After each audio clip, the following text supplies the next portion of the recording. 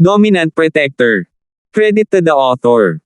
4,801-10. Ang mga pangalan po na nandito ay galing sa mga name generator. Kaya kung meron man pagkakatulad sa mga pangalan ng totoong tao o lugar, ito ay tunay na hindi sinasadya. Si Terence, sa kabilang banda, ay hindi basta-basta itinapon ang Pildores bilang siya, hindi siya isang taong sasama sa lahat ng ginawa ng lalaki. Mayroon siyang isang prinsipyo, kailangan niyang pagbayaran ang lahat ng kanyang ginawa, at ang pagnanakaw sa sikat ng araw ay isang bagay na kailangan niyang paghandaan. Sino ka? Tanong ulit ni Terence. Hindi niya itatapon ang tableta bago niya naisip ang buong kwento, kahit na naawa siya dito. Nagbingi-bingihan si Jillian dito at patuloy na umiiyak sa gulat. Tila nawala ang kanyang kaluluwa at hindi na niya magawang makipag-usap sa kanya. Bumantong hininga si Terence at sumenyas na tumabi si Nika. Papatahimikin na sana niya ang babae. Wala siyang masisigurong iba pa, ngunit hindi dapat mahirapan siyang pakalmayan sandali. Gayunpaman, bago pa makalapit si Terence, naalerto si Jade, at isang galit na boses ang nagmula sa itaas, naghahanap ka ng kamatayan. Isang walang kapantay na dami ng purong chi ang dumikit sa kanya, at si Terence ay nabigla. Kahit na siya ay maaaring hindi makayanan ang antas ng lakas na ito. Sa kabutihang palad, binigyan siya ng Jade ng oras upang mag-react ng maaga, at agad niyang ginamit ang Super Butterfly Microstep upang umatras, halos hindi nakatakas sa sakuna. Inangat ni Terence ang kanyang ulo at nakita ang isang matangkad na binata na may malamig na aura na nakatayo sa kanyang harapan. Si Jillian, na nawalan ng kaluluwa, ay nasa kanyang mga bisig. Sisigaw pa rin siya paminsan-minsan, pero tumahimik na siya. Parang mag-asawa ang dalawa. Ikaw ang nanakit kay Jillian. Malamig na tiningnan ng binata si Terence, ang kanyang mga mata ay matalas na parang kutsilyo.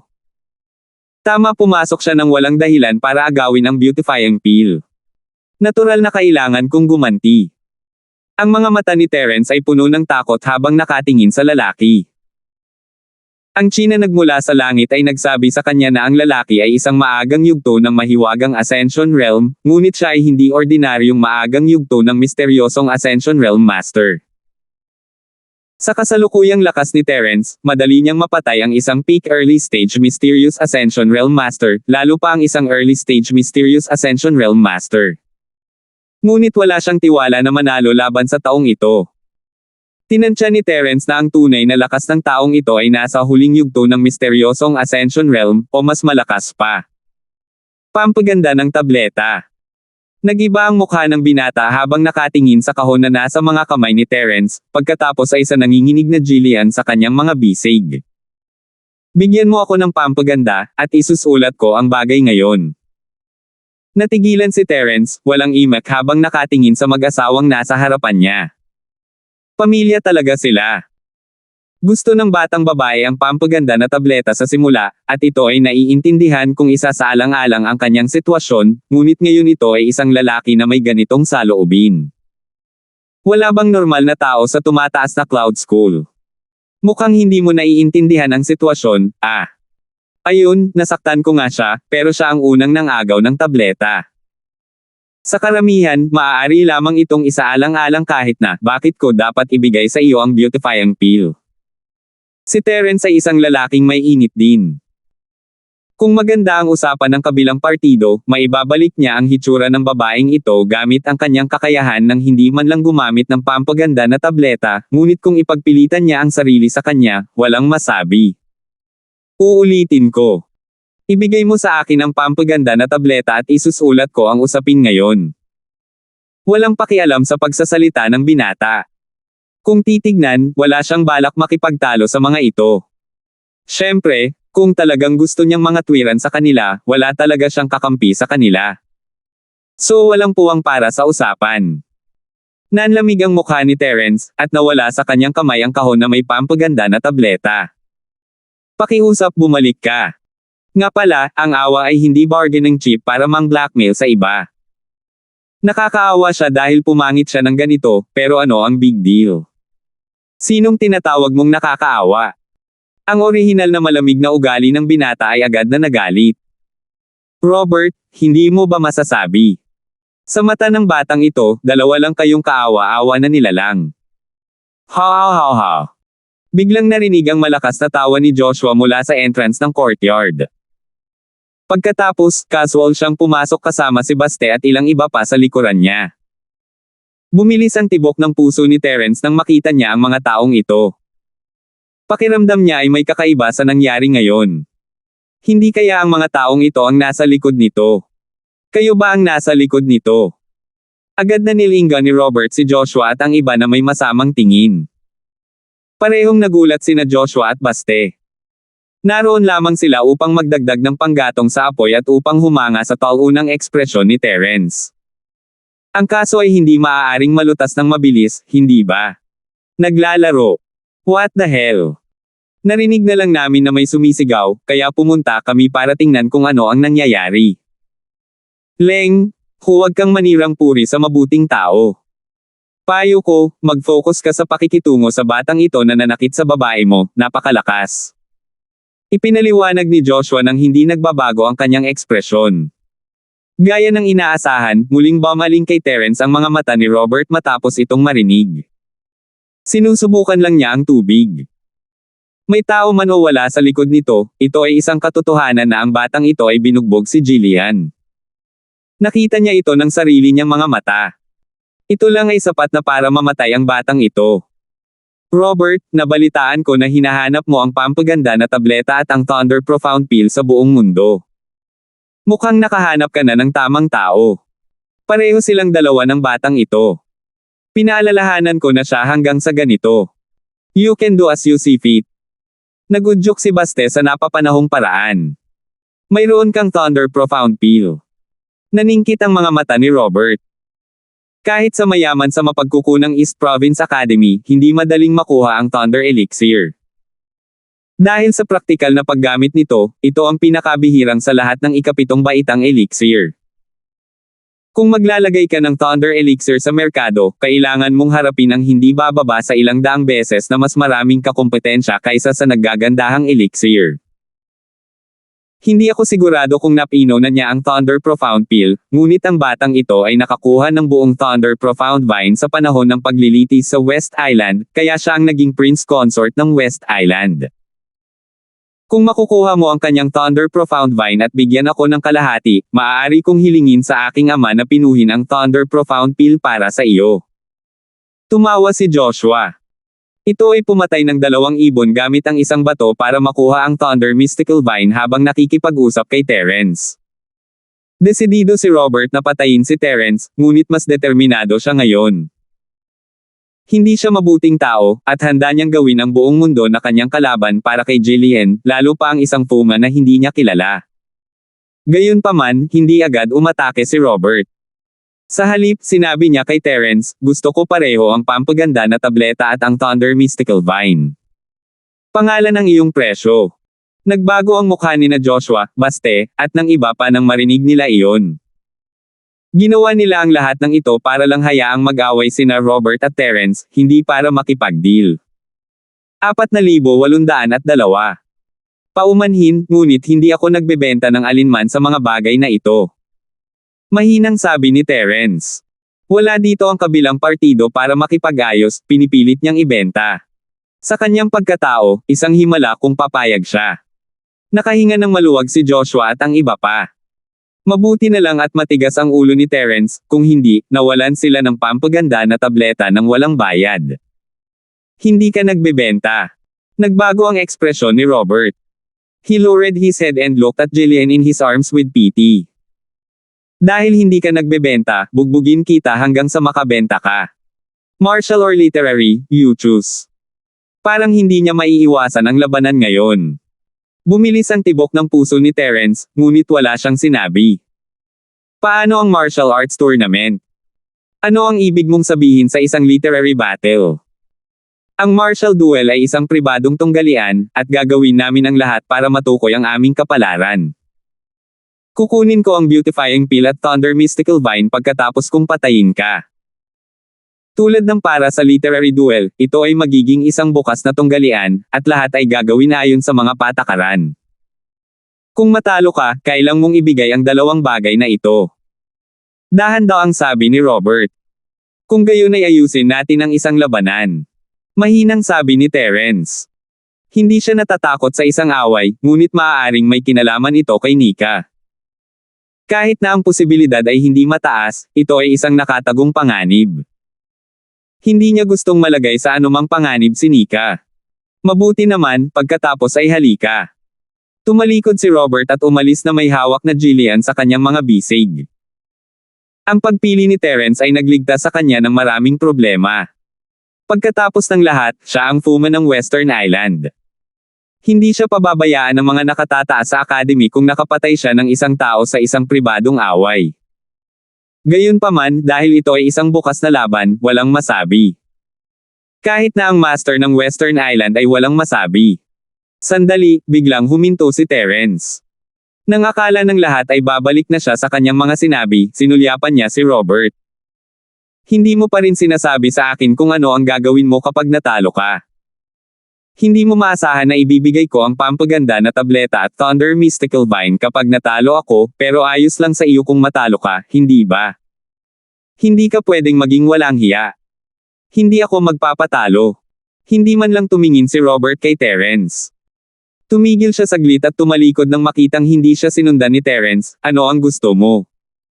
Kulang sa bodyguard ang fiancé ko. Sabi ni Terence pagkatapos ng ilang pag-iisip. Ngayon lang niya nakita ang dulo ng iceberg ng lakas ni Robert. Siya ay talagang isang mahigpit na kaaway, at ang isang tao na nahuhumaling sa pag-ibig ay hindi gaanong masama. Kung may ganoong bodyguard si Nika, magagawa niya ang sarili niyang bagay nang walang pag-aalala. Hindi siya tinanggihan ni Robert, ngunit nagbigay ng malamig na bilang pagsang-ayon. Pinangunahan niya ang daan patungo sa arena, na isang lugar para sa pakikipaglaban ng mga alagad. Bagamat si Terence ay hindi isang disipulo ng mataas na Cloud School, mayroon siyang espesyal na katayuan. Ang kanyang kalaban ay si Robert, kaya wala siyang problema sa paggamit ng arena dito. Sina Joshua, Baste, at ang iba pa ay nagkatinginan at ngumiti. Bagamat sa hindi inaasahang pagkakataon ay pinili nilang dalawa na isa publiko ang laban, nakamit na nila ang kanilang layunin basta't nagsimula silang lumaban. Kung tutuusin, kahit na ito ay isang labanan, maaari pa rin nilang patayin ang isang tao. Pagdating nila sa kanilang destinasyon, biglang tumahimik ang orihinal na buhay na arena. Maging ang ilang taong pumayag na lumaban sa arena ay huminto at tumingin kay Robert ng may paggalang. Ito ang walang talo na alamat ng arena. Siya ang nagtakda ng pinakamahabang sunod na panalo sa ngayon. Lumaban si Robert mula rito. Mula sa isang walang tao hanggang sa isang sikat na tao, siya ay isang hindi matatalo na Diyos sa lugar na ito. Umakyat silang dalawa sa pinakamalaking entablado sa gitna, at parang apoy na kumalat ang balita tungkol sa laban ni Robert. Hindi nagtagal, isang malaking pulutong ang nagtipon sa arena, lahat sila ay nagtatanong tungkol sa background ni Terence. Nang marinig nila na siya ang foreman ng Western Island, lalong uminit ang kapaligiran.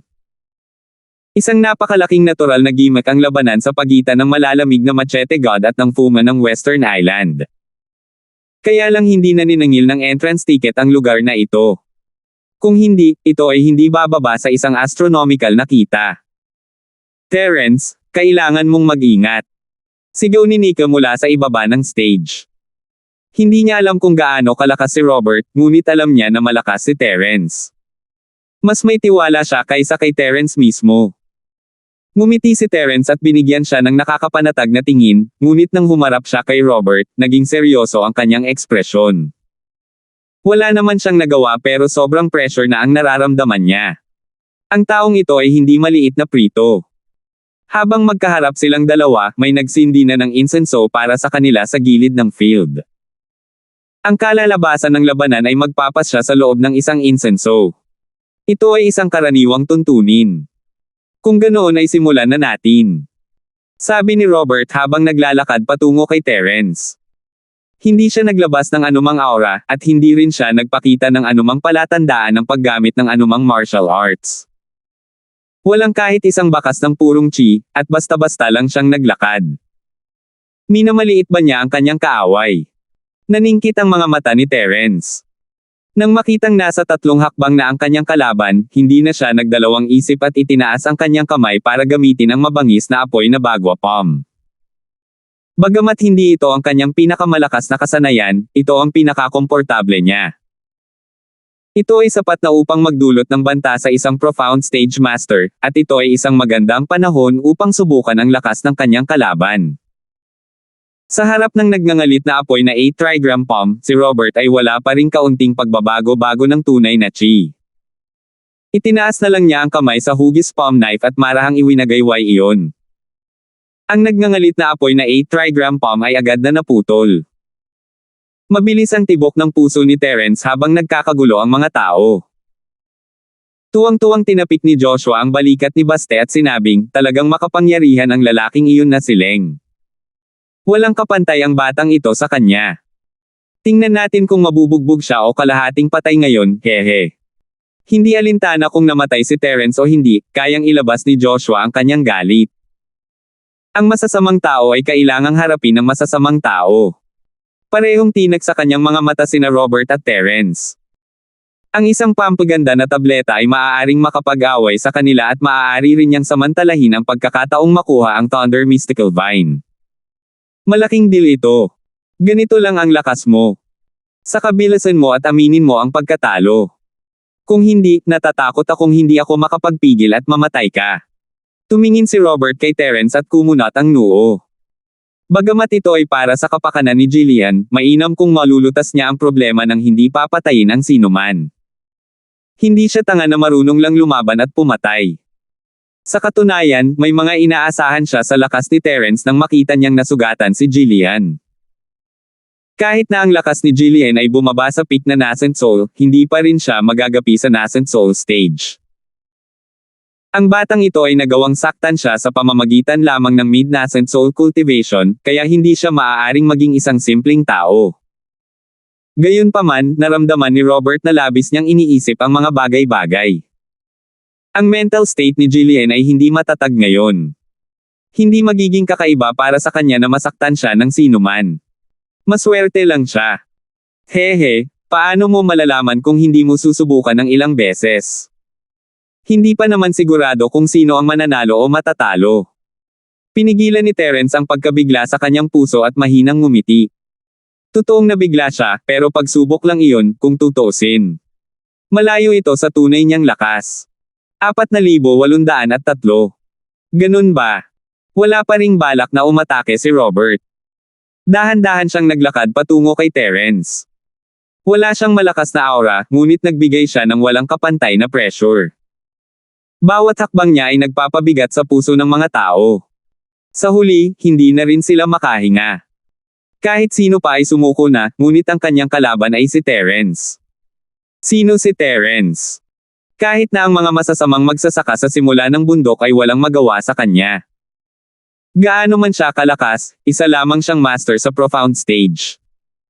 Bakit atras si Terence sa pressure na ito? Dahil ayaw munang umatake ng kalaban, hindi na kailangang maging magalang si Terence. Mabilis na umikot ang chi sa kanyang katawan, at ginamit niya ang Wild Flame 1000 Explosion Fist. Agad na natabunan ng apoy ang malaking arena at tuloy-tuloy na narinig ang malalakas na pagsabog. Maging ang mga alagad ng sumusulpot na Cloud School na nanunood sa labanan ay hindi maiwasang magtinginan sa isa't isa. Talagang karapat-dapat siyang maging prinsipe consort ng West Island. Hindi siya simple.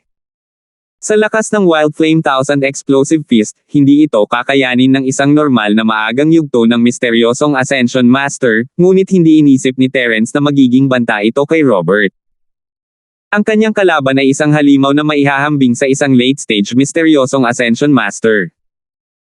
Kung ang ligaw na apoy na libong paputok na kamao ay maaaring maging epektibo, ito ay masyadong isang panaginip. Gamit ang ligaw na apoy ng libong beses na pagsabog bilang perpektong takip, ginamit ni Terence ang Super Butterfly Micro Steps nang walang pag-aalinlangan. Ang kanyang katawan ay gumagalaw na parang multo sa dagat ng apoy, kaya kahit na gumamit ang kalaban ng Divine Sense, hindi sila madaling makalok sa kanyang posisyon. Pagkatapos ng lahat, ang ligaw na apoy na libong beses na pagsabog ay humadlang din sa paggamit ng banal na kahulugan.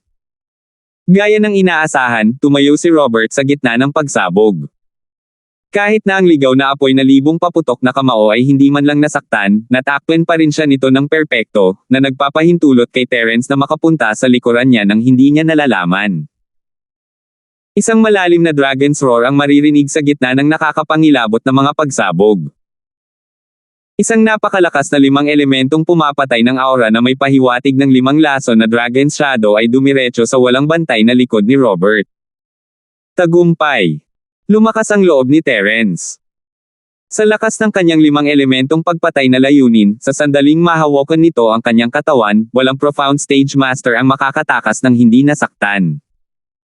Ito ay isang nangungunang killing move mula sa isang super si shattering stage.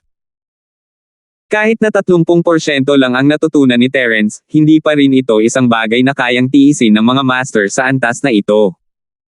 Gayunpaman, sa susunod na sandali, biglang tumalon ang puso ni Terence. Ang dagandong ng libo-libong marahas na apoy ay biglang huminto, at maging ang tumataas na apoy ay agad ding nawala. Ang buong entablado ay naging isang mundo ng yelo at nyebe, na naging sanhi ng pag-freeze ng dugo ng mga tao at ang kanilang chi ay naharang. Hindi inaasahan ni Terence na malalaman ng taong ito ang alam ni Jillian, at mas malakas pa ito. Ang epekto ng yelo at nyebe sa kanyang katawan ay mapanira, at ang mga ordinaryong tao ay maaaring ma-freeze hanggang mamatay. Maging si Terence ay nahirapang kumilos, at kalahati na lang ng kanyang lakas ang natitira. Perfect match ang dalawang ito. Ngunit hindi yun ang labis na ikinagulat ni Terence, ang lalaki ay talagang hawak ang kanyang 5 elementong layuning pumatay sa kanyang kamay. Hindi masama, ngunit ito ay walang silbi. Nililigawan mo si kamatayan. Malamig na sabi ni Robert. Pagkatapos, lumitaw ang isang transparent na ice blade sa kabilang kamay niya. Sa isang tahimik na laslas, ang 5 elementong pagpatay na layunin sa kanyang kamay ay direktang nahati sa 2 at pagkatapos ay nawala. Katahimikan. Natahimik ang buong lugar. Nakita na ni Terence ang kanyang makatarungang bahagi ng malalakas na kalaban, ngunit ito ang unang pagkakataon na nakatagpo siya ng isang kalaban tulad ni Robert. Hindi man lang siya nabigla gaya ngayon nang harapin niya ang matandang sekta ng West Mountain. Alam niya ang pagkakaiba ng lakas noong kaharap niya ang lumang sekta ng West Mountain, kaya naisip niya na makatwiran para sa matandang sekta na gumamit ng anumang uri ng mga pamamaraan na lumalaban sa langit. Ngunit iba itong Robert. Inakala ni Terence na mayroon siyang lakas upang labanan siya, ngunit pagkatapos makita ang nakakagulat na eksenang ito, alam niyang nag-o-overthink siya.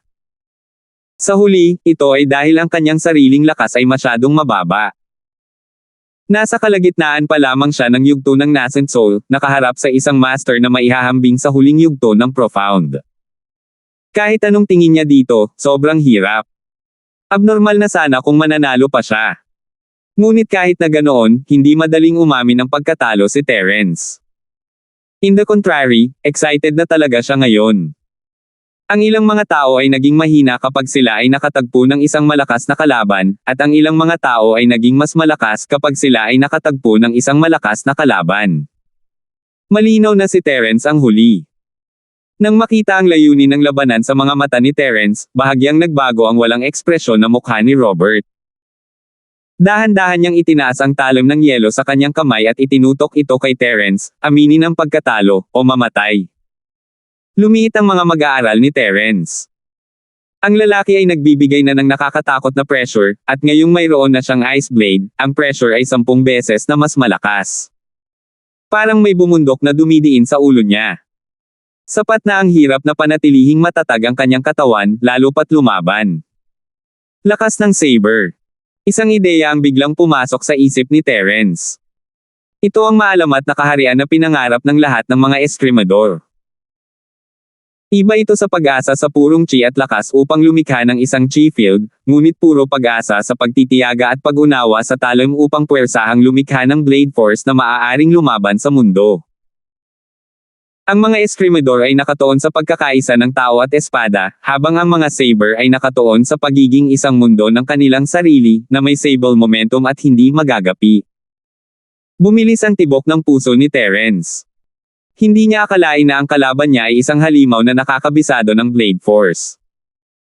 Hindi kataka-taka na kaya niyang putulin ang 5 elementong pagpatay ng layunin sa isang strike. Paano siya lalaban? Nang makitang tumanggi pa rin si Terence na aminin ang pagkatalo, wala nang pasensya si Robert na maghintay pa. Walang sabi-sabi, ibinaba niya ang kanyang talam. Ang talam ng yelo na ilang talampakan lang ang haba ay umabot sa ulo ni Terence at lumaki ng ilang talampakan ang haba. Natakot si Nika kaya namutla ang kanyang mukha. Kung magpapatuloy ito, mapuputol sa kalahati si Terence. Buti na lang at hindi nagtagal ang mapanganib na eksenang ito. Nang tumingin muli si Nika sa entablado, mahigit 30 metro na ang layo ni Terence. Mukhang ligtas na siya. Kawili-wili. Agad na tiningnan ni Robert si Terence sa mas mataas na liwanag. Walang nakakaalam ng kapangyarihan ng yelo at nyebe na mas mahusay kaysa sa kanya. Ang ganitong uri ng kapaligiran ay may nakakabaliw na antas ng paghihigpit sa paggana ng katawan. Kasama ng mapanirang puwersa ng talam, kahit ang isang profound stage master ay hindi makagalaw, lalo pa ang isang bagong-bagong soul stage master. Gayunpaman, ang hindi inaasahan ay ang bilis ni Terence ngayon ay napakaganda pa rin. Parang hindi naman gaanong naiiba sa dati na hindi ka panipaniwala. Hindi alam ni Robert na ginamit lang ni Terence ang Super Butterfly Microsteps noon, ngunit ngayon, para makatakas, kailangan niyang gamitin ito ng buong lakas. Upang mapanatili ang enerhiya ng kanyang katawan, kailangan niyang pumasok sa isang estado ng matinding stress. Ito ang tanging paraan upang mapanatili ang kanyang bilis. 4,804. Magagawa lamang ni Terence na maglagay ng ilang distansya sa pagitan niya at ng kanyang kalaban habang mabilis siyang nakaisip ng plano. Ang kalaban na ito na nakabisado ang Blade Force ay hindi madaling harapin. Kahit na ang pinakamalakas niyang 5 elemento na pagpatay sa layunin ay walang magawa sa kanya, lalo pa ang ibang mga galaw. Kahit na nakahanap siya ng magandang pagkakataon tulad ng dati, mahirap magdulot ng tunay na banta. Sa oras na ito, palapit ng palapit si Robert. Ang talam ng yelo sa kanyang kamay ay naging mas kahanga-hanga at nakakatakot. Isa na itong daang talampakan ang haba at madaling makalampas sa kalahati ng singsing. Gaano man kabila si Terence, hindi niya ito madaling dodge. Nang malapit na siyang ulitin ng kalaban, nakatakas lang si Terence dahil nahuli siya. Baka hindi na siya makatakas nang hindi nasaktan kung gagawin niya ulit ito. Sa kritikal na sandaling iyon, isang ideya ang pumasok sa isip ni Terence. Nang hindi na hinintay na laslas muli si Robert, isang asul na electric arc ang lumitaw sa kamay ni Terence. Nagulat si Robert sa eksena. Wala siyang kinatatakutan kundi ang kidlat na martial skill na ito. Maging ang nakapalibot na nyebe o ang talam ng yelo sa kanyang kamay, lahat sila ay mahusay na tagapagdala ng kidlat. Maaari niyang putulin ang pagpatay sa chi ng 5 elemento sa isang hampas, ngunit hindi niya maputol ang kidlat sa isang hampas. Iyon ay magpapabilis lamang sa pagkalat ng kidlat sa kanyang katawan. Walang katapusang mga pakulo ng batang ito. Sa unang pagkakataon, tumingin si Robert kay Terence sa mata. Kung ginamit ni Terence ang kanyang kakayahan sa kidlat sa simula pa lang, kahit na hindi niya ito kayang labanan, kahit papaano ay nagkaroon siya ng pagkakataon at hindi sana nasa ganoong mahirap na sitwasyon. Nang makita ang electric arc na sumasayaw sa palad ni Terence, ang unang reaksyon ni Robert ay binawi ang kanyang talam. Ang malaking talam ng yelo sa kanyang kamay ay kayang pigilan ng husto si Terence, ngunit sa parehong oras, ito ay isang natural na target. Hindi na kailangan pang atakihin siya ni Terence.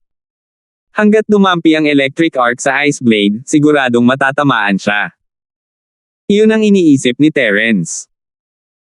Nag-strike siya sa hangin gamit ang isang makamulto na asul na liwanag at ang electric arc ay tumalon papunta sa higanting talam ng yelo.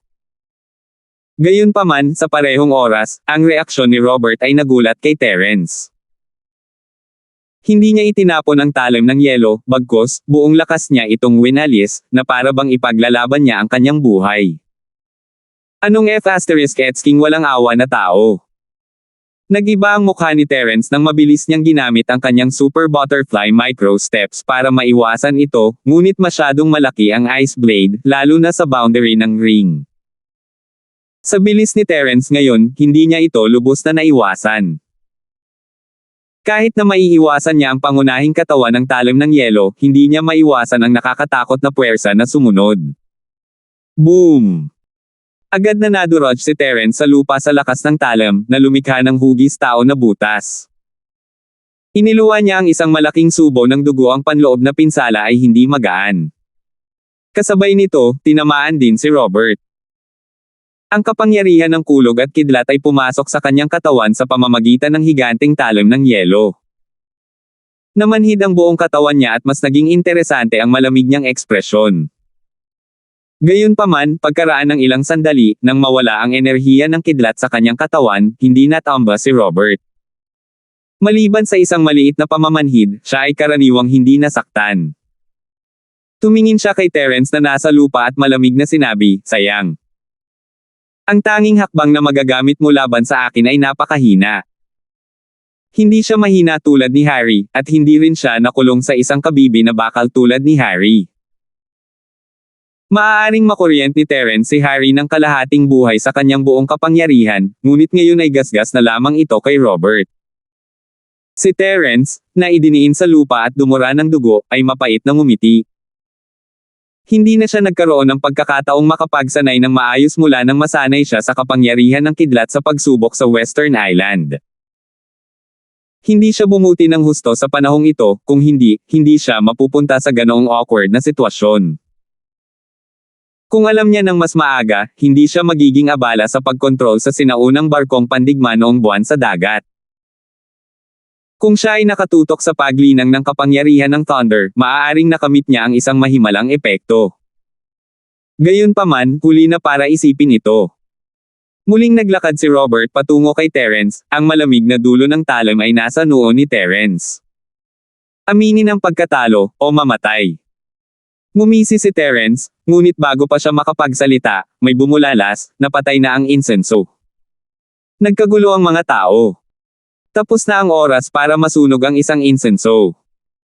Ayon sa mga patakaran, ang labanan ay dapat magtapos dito. Siyempre, hindi ito opisyal na kompetisyon. Nasa dalawang tao sa entablado ang desisyon kung susundin nila ang mga patakaran o hindi.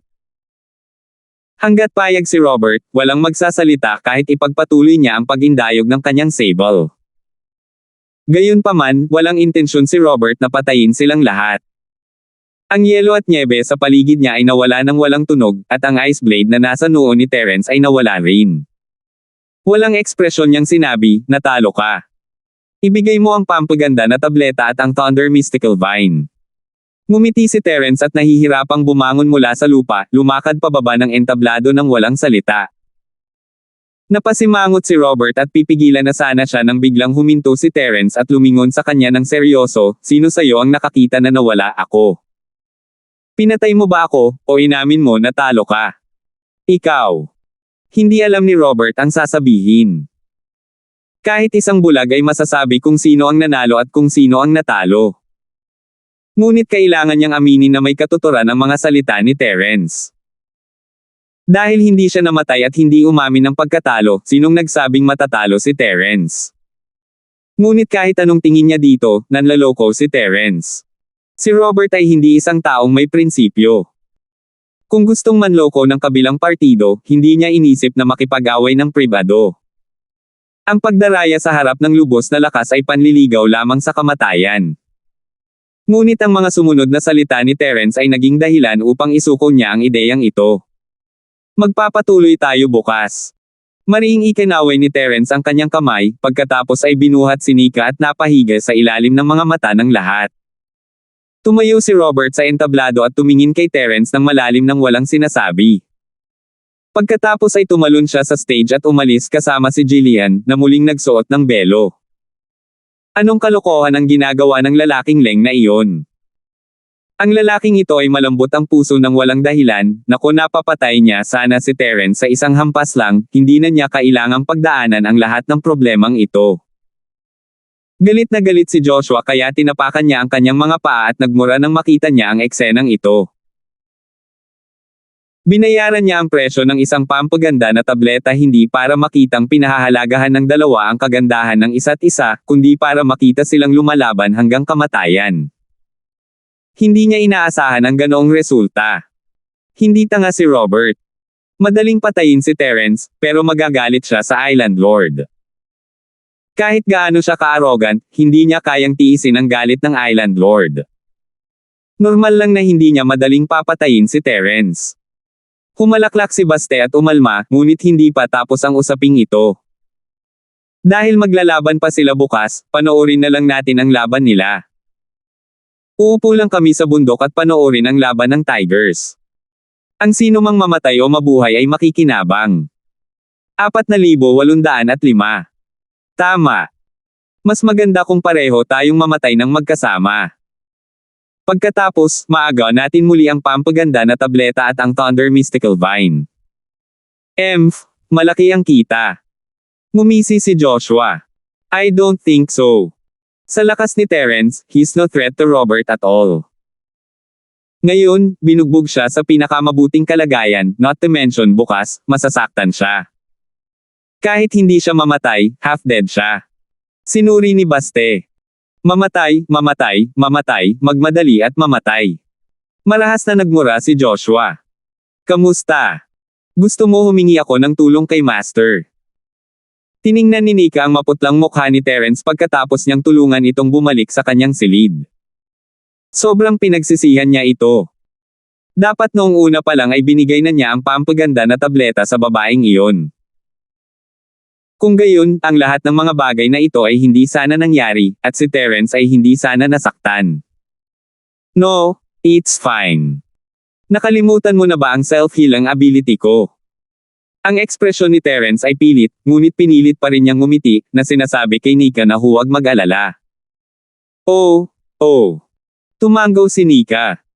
Kung makakaligtas si Terence sa nakamamatay na pinsala sa paglilitis, kung gayon ang pinsalang ito ay wala. Hindi nila alam na si Terence ay naglalagay lamang ng isang malakas na harapan. Ang pinsala sa pagkakataong ito ay hindi gaanong seryoso kaysa sa isang pagsubok sa Western Island, at hindi ito mukhang sugat sa ibabaw, ngunit ang loob ay medyo malubha. Kung hindi siya magluluwa ng napakaraming subo ng dugo. Kung tutuusin, hindi ganoon kadaling kunin ang talim ni Robert. Lumabas ka muna. I need to seclude myself to heal my wounds. Kailangan ko pang harapin ang lalaking iyon bukas. Sinubukan ni Terence ang kanyang makakaya na ngumiti kay Nika. Well, gusto ni Nika na hikayatin si Terence na sumuko, ngunit hindi pa ngayon ang oras. Tumango siya, sige. Dapat gumaling ka muna. Kung meron man, tawagan mo lang ako. Maghihintay ako sa labas. Nanatili si Nika sa labas ng buong gabi. Hindi na niya namalaya na may someone doon na pala sa kanyang nakahiga sa mesa. Nagising na lamang siya nang maihiga na siya sa kama. Iminulat niya ang kanyang mga mata at gulat na sinabi, Terence, mas mabuti ba ang iyong mga sugat? It's all good. Ngumiti si Terence. Medyo nasugatan siya kahapon, ngunit hindi ito isang nakamamatay na pinsala. Hanggat maaari siyang gumaling, ang iba pang maliliit na sugat ay madaling gagaling. Ang galing! Tuwang-tuwa na bumangon si Nika mula sa kama at niyakap si Terence na parang octopus. Ang malambot at nababanat na katawan ng dalaga ay nagpawala sa isip ni Terence, lalo na sa kanyang hindi maayos na damit. Kung tumingin siya sa ibaba, makikita niya ang isang bagay na hindi niya dapat. Madaling araw na halos sa isubog na ang kanyang mga daluyan ng dugo. Ahem. Sa sandaling ito, ilang awkward na ubo ang nagmula sa pinto, na tinakot sina Terence at Nika. Lumingon sila at nakita si Moira na papasok. Nahihiya ang mukha ng matikas na Vice President. May gagawin siya kahapon at kakabalik lang niya sa school. Sumugod siya pagkatapos marinig ang tungkol sa pag-aaway ni na Terence at Robert, ngunit hindi niya inaasahan na makikita niya ang dalawang magkayakap na parang pandikit, na para bang naantala niya ang masayang okasyon ng mag-asawa. Naranasan na niya, pero hindi niya pa rin maiwasang mamula. Master, bumalik ka na. Mabilis na inayos ni Nika ang kanyang mga damit at tumakbo para salubungin siya na may pulang mukha.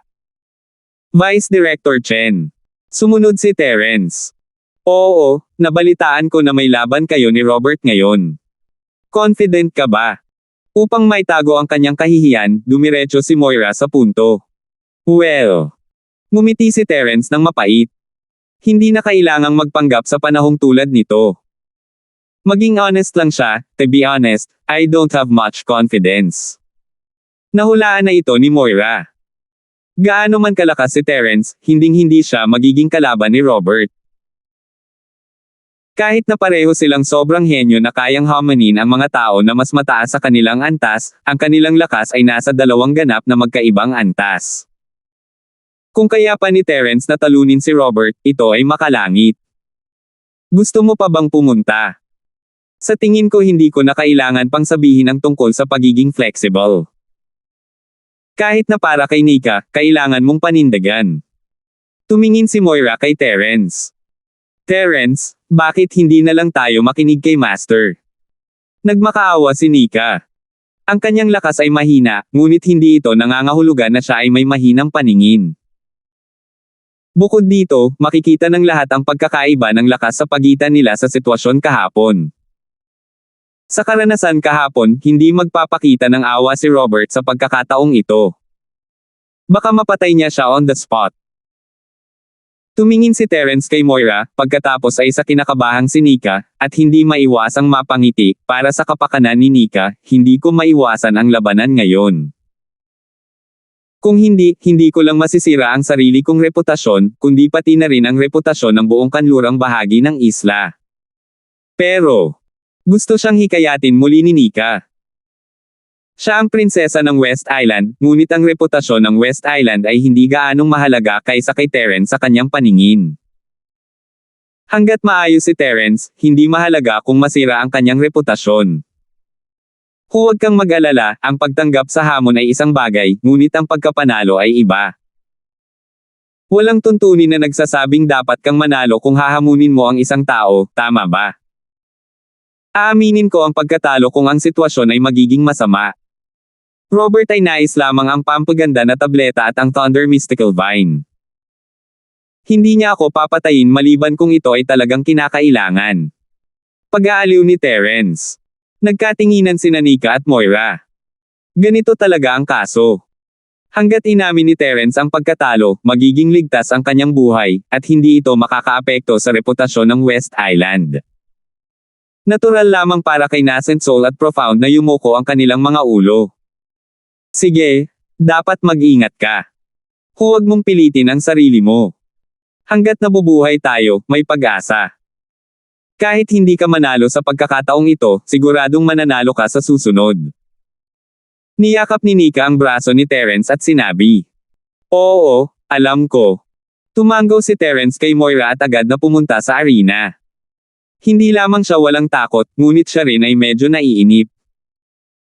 Bihira lang makatagpo ng ganoon kalakas na kalaban tulad ni Robert. Matapos ang hindi nakakagulat na pagkatalo kahapon, muli siyang napuno ng sigasig. May mga taong ipinanganak para lumaban. Ang isang malakas na kaaway ay hindi maaaring matakot sa kanya, ngunit nasa sabik lamang. Pagdating nilang tatlo sa arena ay bumulaga sa kanila ang eksenang nasa harapan nila. Alauna pa lang ng umaga pero puno na ng tao ang lugar. Matagal nang naghihintay si Robert sa main arena. Halatang nandito ang crowd para makita siya. Ang malalamig na mukha na Machete God ay halos naging name card ng tumataas na Cloud Academy. Walang sino man dito ang hindi nakakakilala kay Robert. Ang walang ekspresyong mukha ni Robert ay nagpakita ng bakas ng pagkagulat nang makita niya si Terence. Hindi siya nagulat na dumating si Terence sa oras, ngunit nagulat siya sa kasalukuyang kalagayan ni Terence. Siya ay nasugatan sa pamamagitan ng kanyang talon kahapon, ngunit walang anumang palatandaan ng pinsala. Talaga bang gumaling ang mga sugat ng batang ito? 4,806. Nang tumayo si Terence sa entablado, natural na may mga taong nag-alok na magsisindi ng insenso para sa kanila. Inaabangan ng lahat ang ikalawang labanan ng dalawa. Siyempre, walang nag-isip ng mataas kay Terence. Gusto lang nilang makitang lumaban si Robert at makita kung gaano kalakas ang malalamig na mukha ng Machete God na ito. Iyon lang. Hehe, nakuha na rin sa wakas ng leng na yon. Bihira lang makakita ng killing intent sa kanya, at mukhang papatayin niya si Terence. Dapat matagal na niyang ginawa yun. Kampante namang tumawa si Joshua nang makita ang eksenang ito. Normal lang. Masama ang ugali ni Robert. Pagkatapos paglaruan ni Terence kahapon, kakaiba kung hindi siya magseryoso. Paano kung paglaruan na naman siya ni Terence? Mawawala lahat ng mukha niya. May ekspresyon si Baste na parang inaasahan niya ito. Not bad? Not bad. Bilisan na natin ang pagpatay. Naiinip na ako. Ang mukha ni Joshua ay puno ng hindi masabi na puot. Sa 2 araw na ito, ang kanyang ama, si Timor, ay nagsisikap na tanggalin ang 5 elemento na pumatay sa kanyang katawan, at kailangan niyang tiisin ang hindi makataong sakit sa bawat pagkakataon. Halos pahirapan siya nito hanggang sa bumagsak. Kinamumuhian niya si Terence hanggang sa buto at hindi na makapaghintay na mapunit si Terence. Sa sandaling ito, ang 2 sa ring ay nasa kanilang mga posisyon sa labanan. Nagsimula si Robert sa mundo ng yelo at nyebe pag-akyat niya, hawak ang isang higanteng talim ng yelo sa kanyang kamay. Si Terence, sa kabilang banda, ay pumasok sa kanyang extreme mode nang walang sinasabi. Wala siyang choice. Hindi siya makakapaglaro kung hindi niya ito gagawin. Kailangang aminin ng isa na kahit na may snow at yelo, ang bilis ng Super Limit Butterfly Micro Step ay pambihira pa rin. Ang pag-iwas at pagliko ni Terence ay sobrang maliksi, at nagawa niyang iwasan ang talim ni Robert nang walang anumang panganib. Tumingin muli si Robert kay Terence nang may pagtataka. Tila ang taong ito ay hindi lamang gumaling mula sa kanyang mga pinsala, ngunit ang kanyang dalisay na chi ay bumalik din sa kanyang pinakamataas na estado. Paano niya ito nagawa? Kailangang malaman ng isa na kahit para sa kanya, bagaman hindi siya gaanong nakonsumo sa labanan kahapon, imposibleng mapunan niya ang lahat sa isang gabi. Magkakaroon pa rin siya ng ilang pagkalugi. Ito ay isang mahirap na problema na halos lahat ng mga magsasaka ay kailangang harapin.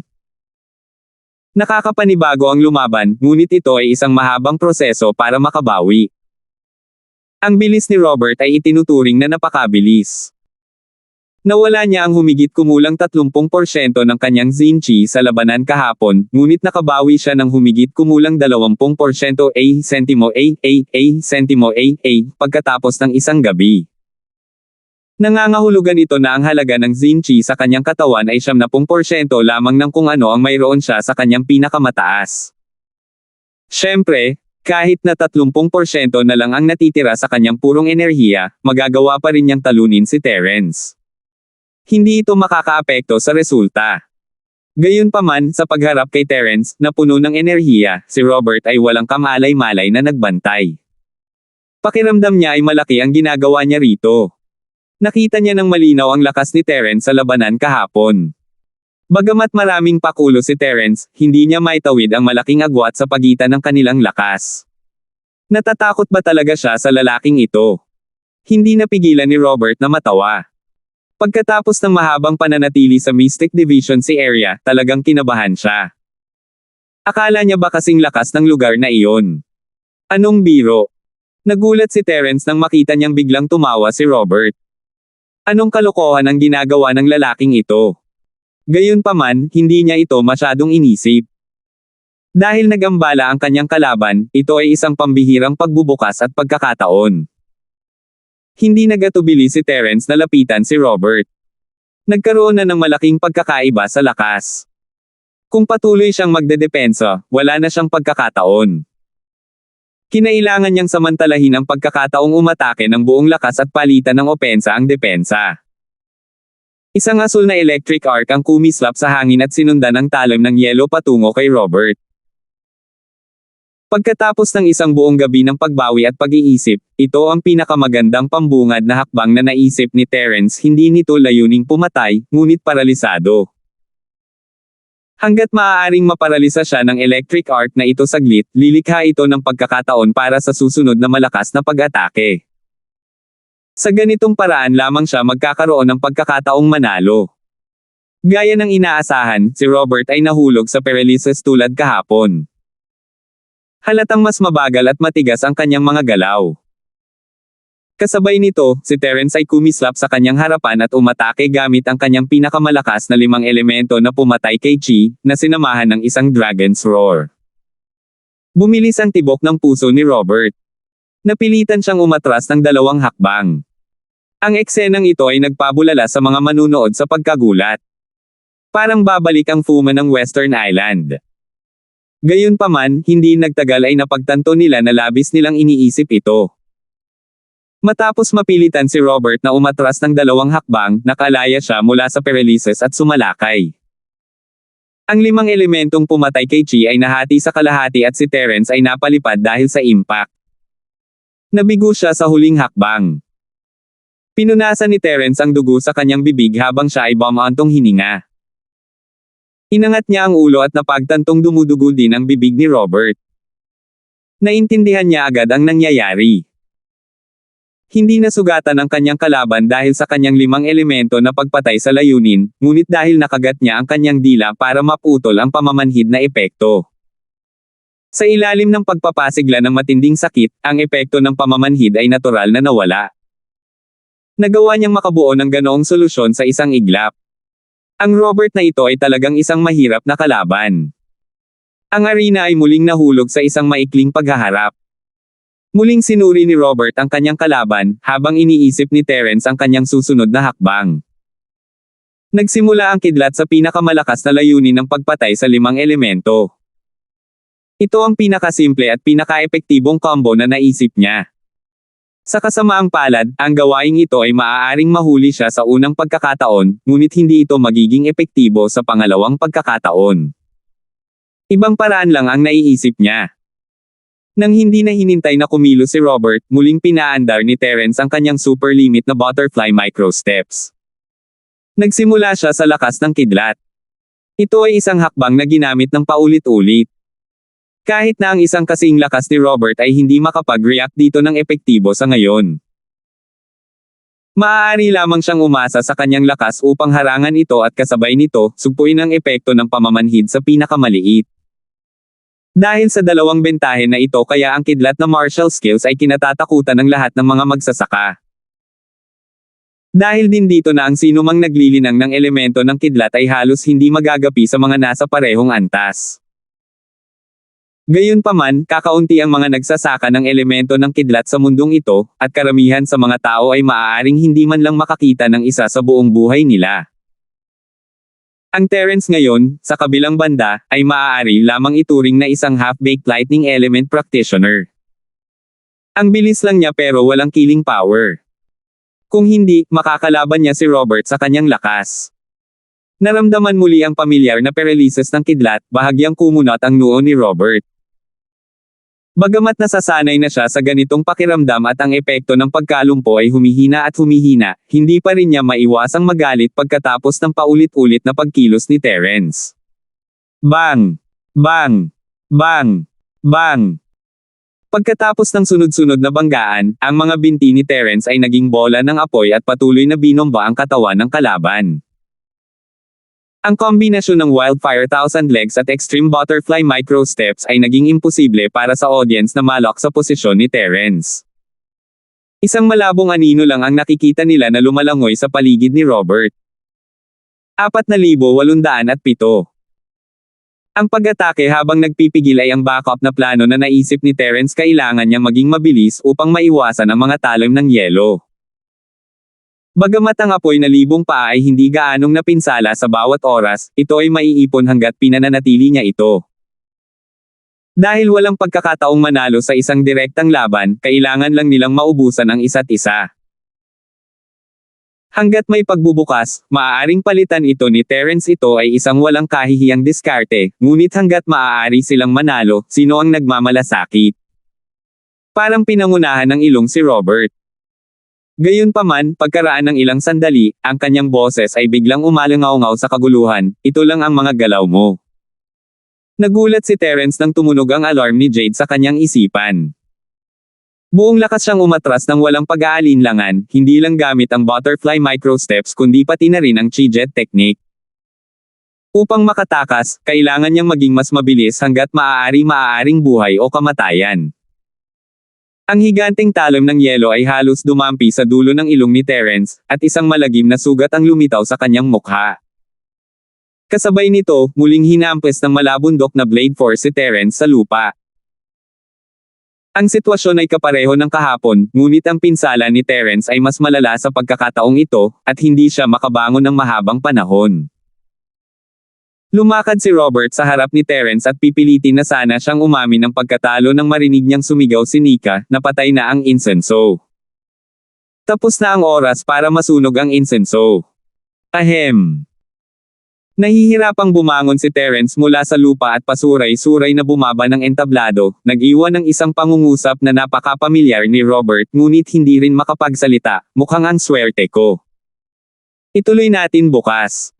Nang makitang nawala sa kanyang paningin ang nalulungkot na figure ni Terence, si Robert ay natigilan sa entablado at hindi makapagsalita. Sa kabilang banda, si Joshua ay nagalit kaya tumalon siya at nagmura, "Itong basura. Ni hindi niya kayang patayin ang isang Terence, paano mapupunta sa Mystic Division C ang isang basurang tulad niya?" Hindi nakakagulat na binugbog siya pabalik. Malapit na siyang mabaliw na gawa ni Terence na makatakas kahapon, at ngayon ay ginagawa na naman niya ito. Gayunpaman, walang magawa si Joshua tungkol dito. Maliban na lang kung siya ay maglakas loob na ilabas ang lahat at tamaan si Terence kapag siya ay down, maaari na lamang niyang hintayin ang mga resulta na lumabas sa ring. Tungkol naman sa pagpatay kay Fuma sa paaralan. Siya, si Joshua, ay talagang walang lakas ng loob na gawin iyon. Ang tanging magandang balita ay kahit na si Terence ay nakatakas sa nakalipas na 2 araw, siya ay nasugatan din ng husto. At least, pare-pareho sila sa pagdurusa. Kaya lang ni Joshua naaliwin ang sarili niya. Kinabukasan, nang muling lumitaw si Terence sa arena, hindi napigilan ng anit ni Robert na manginig. Ang batang ito ay bumalik sa kanyang pinakamataas na estado. Katulad ng nakaraang 2 araw, binugbog muli si Terence. Nakakalungkot na hindi kayang patayin ni Robert si Terence sa loob ng 15 minuto, kahit na gusto niya. Ang bilis ni Terence ay tila mas mabilis kaysa sa nakaraang 2 araw, at ang kanyang lakas ay tila mas malakas kaysa dati. Sa kabilang banda, pagkatapos ng 2 araw na pagkahapo, pololo ng pololo ang kalagayan ni Robert. Sa ikalawang araw, nasa 70% siya, ngunit sa ikatlong araw, wala pa siya sa 80%. Ang mas nakakagulo ay muling sinabi ni Terence ang mga salitang iyon pagkatapos siyang masugitan, "Tutuloy tayo bukas." Walang inaasahan na magiging ganito ang mga bagay. Kung hindi dahil kay Terence, hindi maniniwala si Robert na magiging sparring partner siya ng mid-stage na Nascent Soul Cultivator. Tama, itinuring siya ni Terence bilang isang bihirang sparring partner. Upang maging mas tumpak, itinuring niya siya bilang isang halimaw upang mag-level up dahil malakas ang pakiramdam ni Terence na malapit na siyang makalusot. Mula noon, araw-araw na puno ng mga tao ang arena. Ang labanan sa pagitan ng malamig na mukha na Machete God at ng Prince Consort ng West Island ay halos palaging isang nakalaan na palabas. Sa isang iglap, kumalat sa lahat ang pangalan ni Terence bilang isang hindi namamatay na ipis. Alam ng lahat na ang Prince Consort ng West Island ay hindi namamatay, at maging ang malalamig na mukha na Machete God ay walang magawa. Sa loob ng 7 sunod-sunod na araw, paulit-ulit na natalo si Terence, ngunit lalo siyang lumakas. Ang kanyang lakas ay lumalaki sa isang nakikitang bilis halos araw-araw. Sa kabilang banda, mas nahihirapan si Robert. Ilang araw na ang nakalipas, maaari pa rin niyang talunin si Terence, ngunit sa ika-7 araw, nang ibagsak niya muli si Terence sa lupa, humihingal na siya. Siyempre, si Robert pa rin ang may kapangyarihan, ngunit hindi pa rin niya kayang patayin si Terence. Hindi siya nakaimik nang marinig niya ulit ang mga salitang, "Bukas na lang natin itutuloy." Ang akala niya ay maliit na usapin iyon, ngunit ito pala ay labanan ng Atrisayo na tumagal ng 7 araw. Ang pisikal at mental na pagkahapo ay nagparamdam kay Robert na isa itong bangungot. Si Terence ay hindi malakas na kalaban sa kanya, ngunit sa isang tiyak na lawak, nakita niya si Terence na medyo mahirap. Lalo na sa ika-8 araw, nang makita niyang muli si Terence sa kanyang harapan, natigilan si Robert. Pakiramdam niya ay dapat niyang bawiin ang dati niyang pagsusuri. Ang batang ito ay hindi lamang medyo mapanlinlang, ngunit sa halip ay mapanlinlang. Siya ay isang malakas na kaaway. Bigla niyang napagtanto na si Terence, na nasa kalagitnaan pa lang ng Nascent Soul kahapon, ay biglang naging peak stage ng mid-stage ng Nascent Soul ngayon. Hindi lang naka-recover ang batang ito, nag-level up din siya magdamag. Kahit na ito ay isang sobrang henyo na may pambihirang talento, kapag ang isa ay umabot sa antas ng orihinal na yugto ng sanggol, ang anumang tagumpay ay napakahirap. Maraming tao ang kinailangan pang ang mag-isa sa loob ng ilang dekada para lang makalusot. Ngunit sa pagkakataong ito, binuksan ni Terence ang kanilang mga mata. Nabugbog siya noong nakaraang araw, at ngayon ay nag-level up na siya sa loob lang ng isang gabi. Mahirap isipin ng mga normal na tao. Si Robert, na laging malamig at walang pakialam, ay nagchichismi sa unang pagkakataon ngayon. Anong gamot ang ininom mo? Gamot. Nagkibit balikat si Terence at nagpout, nakakapagod na makipag-away sa iyo araw-araw. Wala akong oras para uminom ng gamot. Wala akong oras para digest ito. Natatakot akong magka-ingestion. Hindi nakaimik si Robert. Pagkatapos makipaglaban kay Terence sa loob ng 7 araw na sunod-sunod, wala pang kalahati ng kanyang lakas ang natitira. Ito ang resulta ng pag-inom niya ng recovery pill sa gitna ng laban. Kung hindi, mas malala pa ang kalagayan niya. Si Terence, sa kabilang banda, ay nasa tuktok pa rin, lumalakas sa araw-araw. Ngayong nasa tuktok na siya ng mid-stage ng Nascent Soul, kahit na mayroon pa rin siyang absolute advantage, halatang hindi na siya kalmado gaya ng dati. Hindi bababa sa hindi siya kalmado gaya noong mga unang araw nang harapin ang 5 elemento ng pagpatay ni Terence. 4,808. Sa unang 7 araw, palaging pinipigilan ni Robert si Terence, ngunit sa ika-8 araw, hindi niya mapanatili ang ganap na kalamangan na ito laban kay Terence, na nasa tuktok ng mid-stage na Nascent Soul Realm. Pabalik-balik na nag-aaway silang dalawa, at may ilang beses na muntik nang mapangunahan ni Terence, na nagpatalsik sa kanya sa malamig na pawis. Lumipas ang oras ng insenso, at wala pa ring malinaw na nagwagi. Ngunit ang kaibahan ay si Terence ay nakahandusay sa lupa sa nakalipas na 7 araw, halos hindi niya iniingatan ang kanyang buhay. Sa pagkakataong ito, maluwag na siyang nakatayo sa dulo. Siya ay nasugatan, ngunit mula sa proseso, maaari itong ituring na isang kurbatang. Halimaw. Halimaw ang batang ito.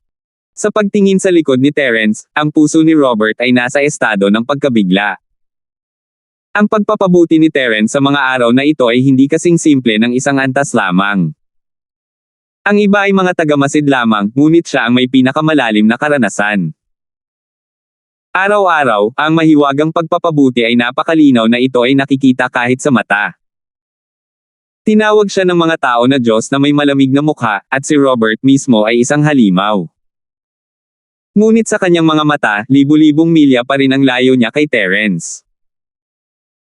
Kung siya ay nasa tuktok ng kalagitnaan ng yugto ng Nascent Soul, hindi man lang siya makakaalis ng kahit isang galaw mula sa kanya, lalo pa ang makipagpalitan ng suntok sa kanya. Sa isiping ito, lalong lumakas ang masamang pakiramdam sa puso ni Robert. Kung magpapatuloy ito, mabibigo ba talaga siya? Sa pagmamalaki nitong malalamig na machete god na ito, sadyang hindi maisip para sa kanya na magkaroon ng ganitong mga alalahanin. Gayunpaman, pagkatapos ng napakaraming araw, ang sinuman sa kanyang posisyon ay malamang na labis na nababalisa. Ayon sa kakaibang kalakaran na ito, hindi imposibleng mabaigo siya sa isang madaling gawain, ngunit malamang. Sa ika-9 na araw, ang dalawa ay nagpalitan ng suntok sa ika-9 na magkakasunod na pagkakataon. Habang mabilis na tumaas ang kanyang lakas at nasanay na siya sa makapangyarihang talang ni Robert, na-control ni Terence ang bahagi ng ritmo ng labanan. Ito ay isang napakakasasyang pagbabago dahil kapag na-control niya ang ritmo ay magkakaroon siya ng pagkakataon na magkaroon ng huling tawa. Gayunpaman, muling binugbog si Terence na parang aso. Mas malala pa kaysa sa unang araw. Ito ang pinakamalapit sa kanya sa kamatayan. Pagkatapos ng oras ng insenso, hindi na siya makabangon. Kinailangan niyang suportahan ang kanyang sarili kay Nika para patatagin ang kanyang sarili. Hindi dahil sa minamaliit niya ang kanyang kalaban, ngunit dahil si Robert ay biglang nakabawi sa kanyang pinakamataas na estado at mas determinado siyang patayin kaysa noong nakaraang 7 araw. Hindi na kailangang sabihin, ang taong ito ay dapat na uminom ng tableta nang makita niyang hindi maganda ang sitwasyon. Ito ay isang supreme grade na tableta na maaaring mabawi ang lahat ng kanyang tunay na chi sa magdamag. Upang mapatay ang nakatagong panganib bago ito magpakita ng mga senyales, si Robert ay talagang naglagay ng maraming pera. Sa kasamaang palad, nabigo pa rin siya. Kung ito ay ibang tao na may parehong pinsala, sila ay namatay ng 10 beses, ngunit si Terence ay nagpatuloy. Ang batang ito ay isang walang kamatayang ipis, at tinupad niya ang kanyang pangalan. Jillian, huwag kang mag-alala. Talagang kukunin ko ang pampaganda na tableta at ang Thunder Profound Pill. Tiniyak ni Robert kay Jillian, na paulit-ulit na nabigo. Gaano man kalaki ang pagbuti ni Terence, nandoon pa rin ang pagkakaiba ng lakas sa pagitan nila. Hanggat hindi niya masyadong nauubos ang kanyang sarili, palagi siyang may ganap na inisyatiba. Gayunpaman, hindi inaasahan ni Robert na 7 araw pa silang maglalaban. Ang lakas ni Terence ay mabilis pa ring lumalaki, habang siya ay pagod na pagod. Sa pagkakataong ito, wala siyang kahit anong grade 7 energy recovery pill sa kanya. Kung tutuusin, wala siyang grade 7 alchemist bilang kanyang ama. Kahit si Robert ay hindi kayang bayaran ang ganoong kataas na presyo. Hindi pa banggitin ang pagod sa pag-iisip, ang katotohanan na mayroon na lamang siyang 30% ng kanyang chi na natitira ay sapat na upang pilitin si Robert sa isang sulok. 30% ng kanyang chi ay higit pa sa sapat upang harapin ang Terence mula 10 araw na nakalipas, ngunit ito ay hindi sapat ngayon. Gayunpaman, para sa kapakanan ni Jillian, kinailangan itong subukan ni Robert. Kung susubukan niya, magkakaroon pa rin siya ng pagkakataon. Kung hindi niya ito susubukan, mawawala sa kanya ang lahat. Gayunpaman, nang makita niya si Terence na umakyat sa entablado sa 15 pagkakataon, lalo na nang maramdaman niya ang hindi matatag na aura sa paligid ni Terence, siya ay lubos na natulala. Nakabuka ang kanyang bibig, at hindi siya makapagsalita ng matagal. Nakatitig lang siya kay Terence nang nakatulala. Hindi lang siya kahit natulala ang mga manunood. Ang ilan sa kanila ay pumupunta rito araw-araw, at pamilyar na pamilyar sa Fuma, ngunit tiyak na dahil dito na sila ay labis na nabigla at natigilan. Nakalusot ka na naman. Sa wakas ay kinagat ni Robert ang kanyang dila at sinabing, gaano na ba katagal mula noong huling tagumpay niya? Mga 7 araw pa lang ang nakalipas. Bakit biglang tumaas ang aura ng batang ito? Nasa advanced stage na siya ng original level. It's all thanks to you, mahinang ngumiti si Terence. Hindi man niya ganap na makontrol ang kanyang aura dahil kaka-break niya lang, napakasarap pa rin ang pakiramdam niya. Itong si Robert ay ang kanyang lucky star. Pagkatapos makipaglaban sa kanya sa loob ng kalahating buwan, ang resulta ay tumaas siya ng 2 antas, mula sa gitnang yugto ng Nascent Soul hanggang sa huling yugto ng Nascent Soul. Bagamat hindi ito labis na pinalaking bilang ang pagtaas ng 2 antas ng sabay-sabay, sa paningin ng lahat, ano ang pagkakaiba nito at ang pagtaas ng 2 antas sa isang pagkakataon? Nang marinig ang magaan na sagot na ito, si Robert, na bihirang magmura, ay hindi maiwasang magmura. Hindi naman sa kinasusuklaman niya si Terence, ngunit hindi niya talaga alam kung paano ilalabas ang kanyang emosyon kung hindi niya ito sasabihin. Magsimula na tayo. Pinigilan ni Robert ang pagkabigla sa kanyang puso. Hindi siya nangahas na hayaan si Terence na gumawa muli ng unang hakbang. Nang matapos siyang magsalita, ginamit niya kaagad ang World of Ice at Snow at nilaslas ang ulo ni Terence. Hindi umatras si Terence kahit 1 pulgada. Sa isang malalim na dagandong ng dragon, hinarap niya ang pinakamalakas na 5 elemento na papatayin ang layunin ng direkta. Wala siyang planong gumamit ng anumang taktika sa pagkakataong ito. Gusto lang niyang makipag-head-to-head sa kalaban at makita kung gaano siya kalakas. Pagkatapos nitong kalahating buwang pagsasanay sa pakikipaglaban, lalo na pagkatapos na tumaas ang kanyang lakas ng 2 buong antas, ang 5 elemento ng layunin ng pagpatay ni Terence ay nagpapakita na ngayon ng mga palatandaan ng pagbabagong anyo sa isang dragon. Bagaman ito ay isang malabong tanda lamang sa ngayon, ito ay tiyak na isang kasiya siyang pagbabago. Isang araw, kapag ito ay talagang naging dragon, ito na ang tunay na kumpletong bersyon ng pagpatay sa chi ng 5 elemento. Nakakalungkot lang na ang kapangyarihan ng kulog at kidlat, na nagmula rin sa pamana ng yugto ng paghahati ng Super C, ay hindi bumuti sa panahong ito. Hindi sa wala itong pag-unlad, ngunit ang pag-unlad ay hindi gaanong mahalaga kumpara sa layunin ng pagpatay sa 5 elemento. Maliban sa bahagyang pamamanhid na epekto, ito ay halos walang silbi laban sa isang kalaban tulad ni Robert. Boom! Ang arena ay sumabog habang ang 5 elementong layuning pagpatay ay nahati muli sa kalahati. Gayunpaman, hindi tulad ng dati, ang talim na force ni Robert ay bumagsak din. Sina Terence at Robert ay sabay na napaatras. Ang magkabilang panig ay pantay-pantay. 4,809. Nagkagulo ang mga tao. Nagulat si Robert sa unang pagkakataon. Hindi niya maiwasang huminga ng malalim habang nakatingin kay Terence, na puno ng fighting spirit. Kalahating buwan na lang, at naging napakalakas ng batang ito. Muli. Tuwang-tuwa si Terence kaya hindi na siya makapaghintay na subukan. Ito ang unang pagkakataon sa loob ng kalahating buwan na nakipag-draw siya sa kanyang kalaban. Bagamat alam niyang hindi ibig sabihin nito na talagang pantay ang kanilang lakas, kung tutuusin, naubos na ang kalagayan ng kabilang partido bago ito. Kung nasa tuktok siya, tiyak na mapipigilan siya. Ngunit gayunpaman, ito ay isang kasiya siyang malaking pagpapabuti. Kahit sino ay mahihirapang tanggapin ang katotohanan na sila ay pinilit na gumuhit ng isang kalaban na mas mataas ang kamay laban sa kanila, lalo pa ang isang mapagmataas na tao tulad ni Robert. Alam ng lahat na ang taong ito ay magiging walang awa at isa sa panganib ang kanyang buhay. Si Terence ay naiinip na naghihintay, ngunit ang susunod na pangungusap ni Robert ay nagulat sa kanya. Tapos na ako, aminado akong talo. Ano? Tumingin si Terence sa kanya ng may pagtataka, iniisip kong nagbibiro ang taong ito. Kahit anong tingin niya dito, hindi naman mukhang aamin ng pagkatalo ang lalaking ito. Bukod dito, ito ay higit sa isang draw ngayon lang.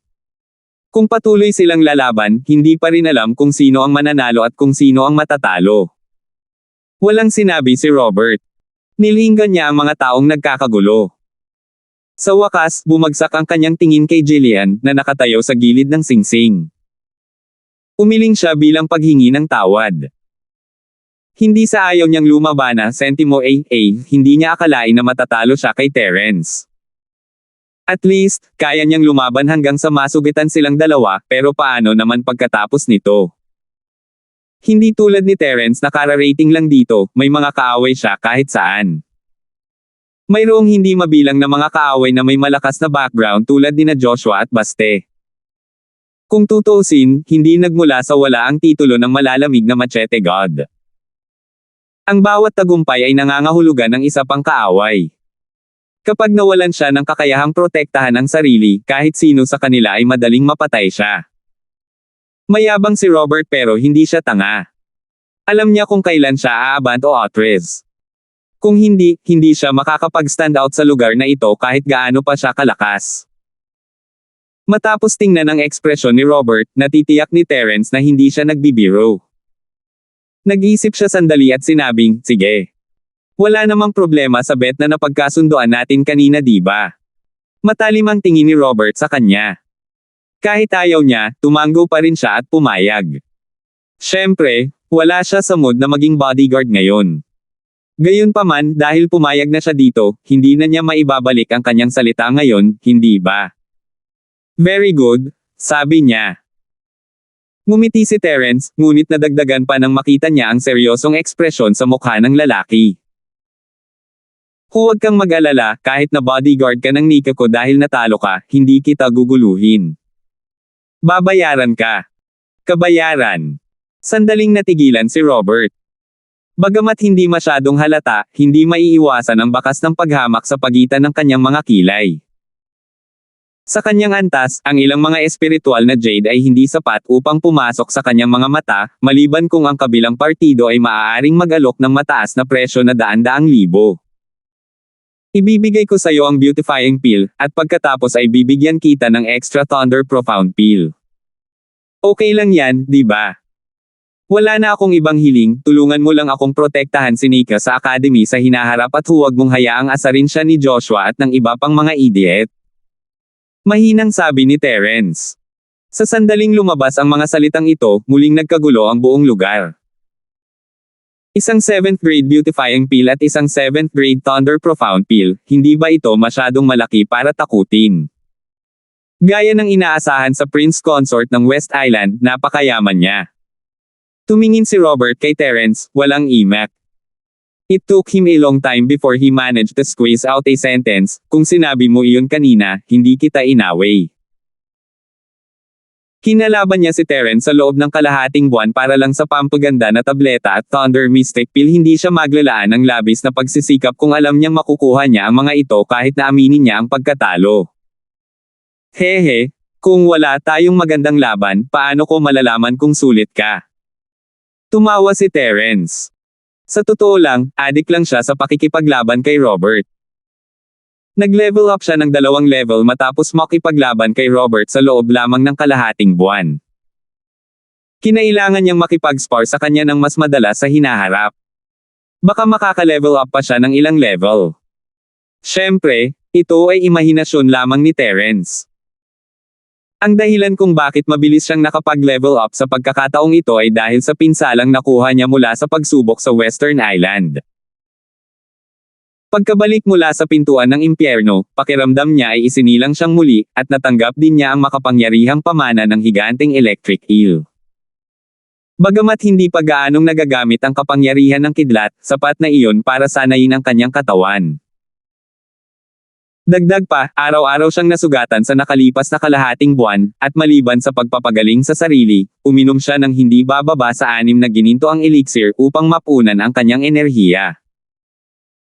Sa lahat ng enerhiyang naipon, ang paglusot at pag-level up ay sandali lamang. Sentimo siya ay isang perpektong nascent na kaluluwa kung tutuusin.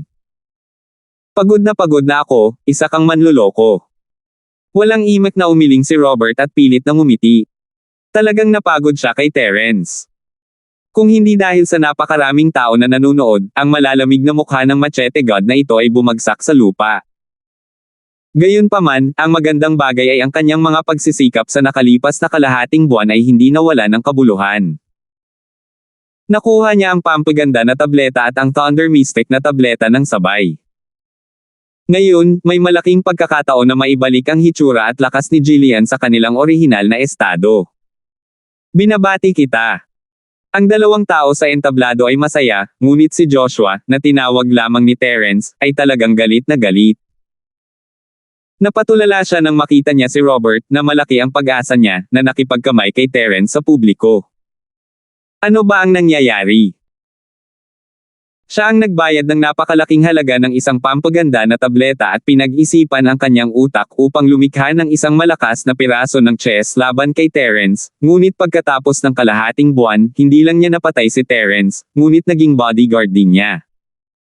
Ito ay masyadong unpredictable. Pakiramdam ni Joshua ay parang sisubog na ang kanyang puso sa stimulation. Hindi niya namamalayan na inilipat ang kanyang mahahalagang chi at nakaramdam ng matinding sakit sa kanyang mga panloob na organo. Nagdilim ang paningin niya at bumagsak sa lupa, hindi na makabangon. Nagulat si Baste at ang iba pa. Kaladkarin lang nila si Joshua na parang hinihila nila ang isang patay na aso sa ilalim ng nagtatakang mga tingin ng iba. Nang sa wakas ay napabuntong hininga si Joshua at nagising, nasa private room na sila ng restaurant. Si Baste at ang iba ay hindi nang ahas na pauwiin siya. Kung hindi, paano sila sasagutin kung tatanungin sila ni Timor? Kuya Ren, sa wakas gising ka na. Nakahinga ng maluwag si Baste at ang iba pa. Kung may mangyari kay Joshua, kailangan nilang pasanin ang mga kahihinatnan. Hindi sila sinagot ni Joshua. Tulala siyang nakatitig sa kisame. Si Baste at ang iba ay hindi maiwasang mapatingin sa isa't isa. Nasa lalamunan na naman ang mga puso nila. Nabaliw na kaya siya sa gulat. Kung ang dakilang young master na si Ren ay magiging tulala, isa itong malaking biro. 4,810.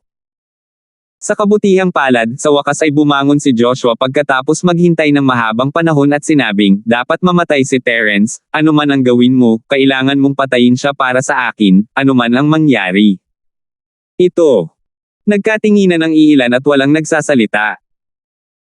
Sa wakas, si Baste na ang nagsalita, Kuya Ren, naiintindihan ko ang nararamdaman mo, pero sa lakas namin, ni isa Terence hindi namin kayang hawakan, lalo pa itong si Leng na ito. Natatakot ako na wala tayong magagawa.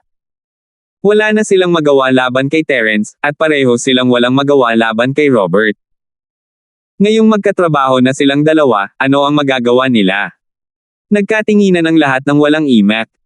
Mas takot sila kay Robert kaysa kay Terence.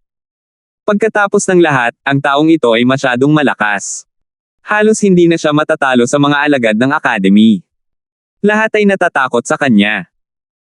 Ang malalamig na mukha na machete na pangalan ng Diyos ay nakuha sa kanyang talam. Maliban kay Terence, na walang kaalam-alam, walang kahit isang tao sa buong umaangat na Cloud School na maaaring maging kalaban niya. Ang mga normal na tao ay matatakot sa kamatayan kapag narinig nila ang kanyang pangalan. Kung hindi, hindi nila iisipin ang lalaking ito kapag gusto nila itong patayin gamit ang hiniram na kutsilyo. Kumunat ang noo ni Joshua at nag-iisip ng mahabang panahon. Maya-maya, bigla niyang sinabi, paano kung maghintay tayo hanggang sa umalis ang lalaking iyon? Pagkatapos niyang umalis, natigilan si Baste. Agad niyang pinalakpakan ang kanyang mga kamay at sinabing, tama, si Terence ay masyadong matalino para sa kanyang kapakanan. Gusto niyang gamitin ang pampaganda na tableta at ang Thunder Mystic na tableta para manalo kay Robert, ngunit isa lamang itong bitag. Nanatili sana si Robert sa Academy at naging bodyguard nila, ngunit nang mabawi ni Jillian ang kanyang hitsura at lakas. Hehe. Tama, talagang napakatalino ni Kuya Ren at Kuya Robert. Siguradong babalik si Robert sa Mystic Division C area. Mabilis siyang nambola ni Jeff. Oo. Ang Mystic Division C ay isang walang kapantay na tukso para sa mga masters na tulad nila. Ang isang self-proclaimed henyo tulad ni Robert ay tiyak na hindi papayag na manatili at maging isang bodyguard. Siguradong susubukan niyang makabalik sa Mystic Division C. Dagdag ni Paul. Tama, hindi pa huli ang lahat para maghiganti. Kailangan lang nating tiisin ito sandali, at pagkatapos ay hindi pa huli ang lahat para kumilos kay Terence. Ang mga mata ni Joshua ay puno ng puot. Kung maaari lang ay tiyak na ayaw niyang magparaya. Gayunpaman, wala siyang pagpipilian ngayon. Pinilit siya ng realidad na tiisin ito maliban kung ang kanyang ama, si Timor, ay handang tumulong. Sa kasamaang palad, napakababa ng posibilidad na mangyari iyon. Baka hindi na siya makapaghintay ng matagal, pero kung 2 o 3 buwan lang, hindi magiging problema. Ren bro? Baste bro? Maganda ang planong ito, pero may lusot. Paano kung umalis ang Terence na iyon nang wala pang 2 buwan? Maingat na sinabi ni Jeff. Idiot. Ang monghe ay maaaring tumakbo, ngunit ang templo ay hindi. Hanggat si Nika ay narito, paano kung si Terence ay wala na? Maaari lamang tayong gumamit ng isang maliit na pakulo para masugitan si Nika. Kailangan ba nating mag-alala na hindi siya darating? Ngumisi si Joshua. Nagkatinginan ang mga lalaki at nagtawanan. Ang pamagat ng Prince Consort ay nakatutokso, ngunit kung minsan, ito ay isang pabigat. Kung makokontrol nila si Nika, ito ay kapareho ng pagkontrol kay Terence. Walang magiging panganib, di ba? Maingat na paalala ni Jeff. Ang isang batang babae tulad ni Nika, na hindi pa nakaranas ng mundo, ay natural na nasa awa ng iba. Ang susi ay siya ang prinsesa ng West Island. Sa sandaling mangyari ang isang aksidente, tiyak na mayayanig ang buong umaangat na Cloud Academy. Pagdating ng panahon, para makapagbigay ng kasiyasyang paliwanag sa West Island, tiyak na iimbestigahan ang bagay na ito hanggang sa wakas. Kahit na pagsamahin ang mga taga-suporta nina Joshua at Baste, maaaring hindi nila ito makayanan. Stupid. No damn risk daw kung aksidente. Kahit kailan, serious injury lang, hindi kamatayan. Kinagat ni Joshua ang kanyang mga labi sa panghahamak. Hanggat hindi ito matutubos, ang mga tao sa West Island ay hindi ipagdalaban ito laban sa kanila kahit na alam nila ang tungkol dito. Pagkatapos ng lahat, ang tumataas na Cloud Skull ay hindi dapat baliwalain. Nasa kanila ang suporta ng kanyang ama at ng ama ni Baste. Tama. Hanggat alam natin ang ating limitasyon, hindi ito dapat maging isang malaking problema. Tumanggaw si Baste at sinabi. Habang nag-uusap sila sa private room, wala silang ideya na ang target ng usapan nila ay ang kainan sa private room sa ibaba. Siyempre, sa high-end na disenyo ng restaurant na ito, hindi maaaring maging ganoon kalala ang sound insulation effect. Karaniwan, gaano man kaganda ang pandinig ng isang tao, imposibleng marinig ang usapan sa pribadong silid sa itaas. Bukod dito, ang mga pader dito ay may epekto ng pagharang sa banal na kahulugan. Ito ay isang bagay na ginastos ng tindahan ng maraming pera. Ang layunin ay upang matiyak ang privacy ng mga bisita. Sa ganitong paraan lamang nila maakit ang mga panauhin ng matataas na uri. Mayroong 5 tao sa grupo: Terence, Nika, Robert, Jillian, at maging si Moira. Hindi na kailangang banggitin si Terence at ang 3 pa. Kahit na may lakas si Moira, hindi niya maririnig ang tunog mula sa itaas sa ilalim ng normal na mga pangyayari, maliban kung gumamit siya ng ilang uri ng nakatarget na Divine Sense technique. Sa kanyang pagpipigil sa sarili, hindi siya gagawa ng ganito ng walang dahilan. Gayunpaman, kahit na hindi sila marinig ni Terence at ng iba pa, hindi ito nangangahulugan na walang makakaalam sa kanilang balak.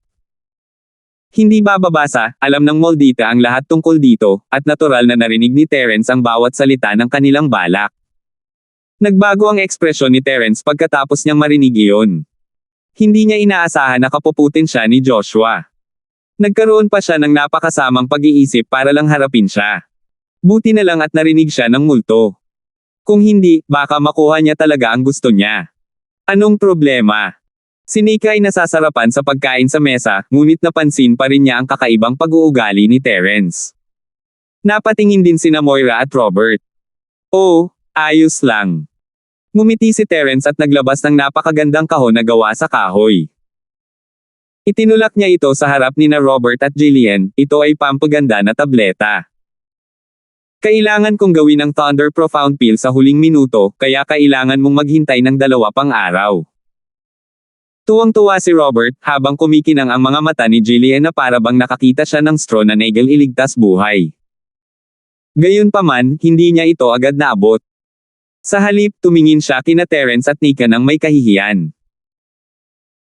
Pagkatapos ng panahong ito ng paggaling, kasama ang katotohanan na siya ay nakasuot ng belo sa lahat ng oras na ito, ang kanyang mental na kalagayan ay mas mabuti kaysa dati.